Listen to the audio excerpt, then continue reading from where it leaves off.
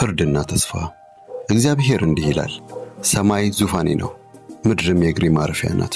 ታዲያ የምትሰሩልኝ ቤት የማርፍበትስ ስፍራ የቱ ነው?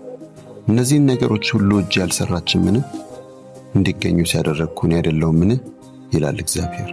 ነገር ግን እኔ ወደዚህ ትሑት ወደሆነና መንፈስ ወደ ተሰበረ በቃሌም ወደሚንቀጠቀጥ ሰው እመለከታለሁ። ነገር ግን ወይፈን የሚሰዋልኝ ሰው እንደሚገድል ነው። የበግ ጠቦት የሚያቀርብልኝ የውሻ አንገት እንደሚሰበር ሰው ነው።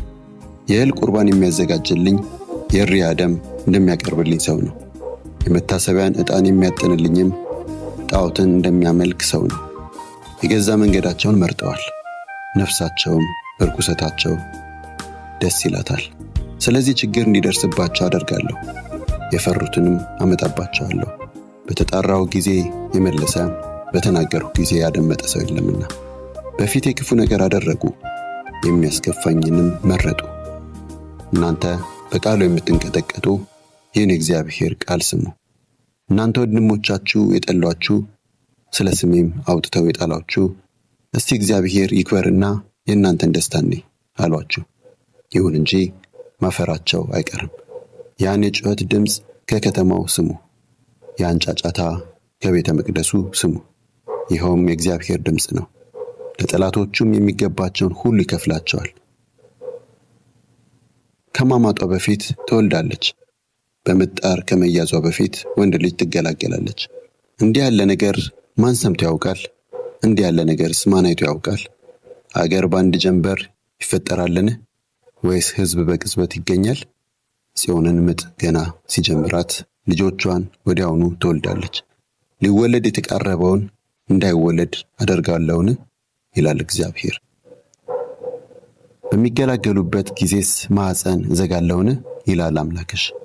ወዳጆቿ የሆናችሁ ሁሉ ከኢየሩሳሌም ጋር ደስ ይበላችሁ፣ ስለ እርሷም ሐሴት አድርጉ። ለእርሷ የለቀሳችሁ ሁሉ ከእርሷ ጋር እጅግ ደስ ይበላችሁ።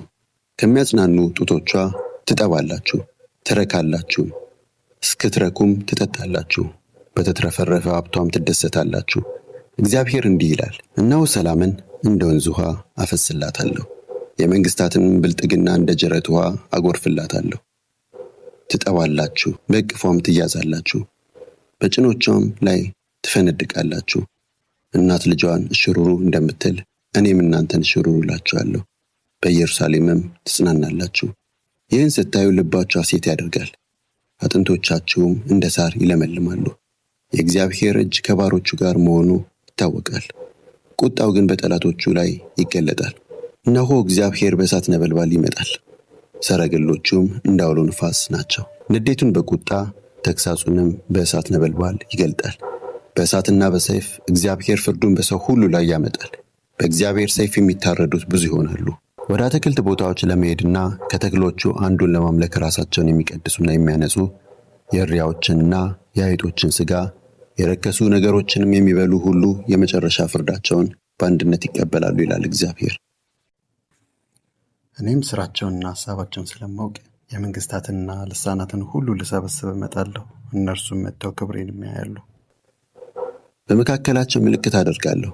ከእነርሱም የተረፉትን አንዳንዶቹን ወደ አሕዛብ፣ ወደ ተርሴስ፣ ወደ ፉጥ፣ ወደ ታወቁት ቀስተኞች፣ ወደ ሉድ፣ ወደ ቶባልና ያዋን፣ እንዲሁም ዝናዬን ወዳልሰሙትና ክብሬን ወዳላዩት ራቅ ወዳሉት ደሴቶች እልካቸዋለሁ። በሕዝቦችም መካከል ክብሬን ይናገራሉ። ለእግዚአብሔር ቁርባን እንዲሆኑ ወንድሞቻቸውን ሁሉ ከየመንግሥታቱ ወደ ተቀደሰው ተራራዬ ወደ ኢየሩሳሌም በፈረስ በሰረገላና በጋሪ በበቅሎና በግመል ያመጧቸዋል ይላል እግዚአብሔር።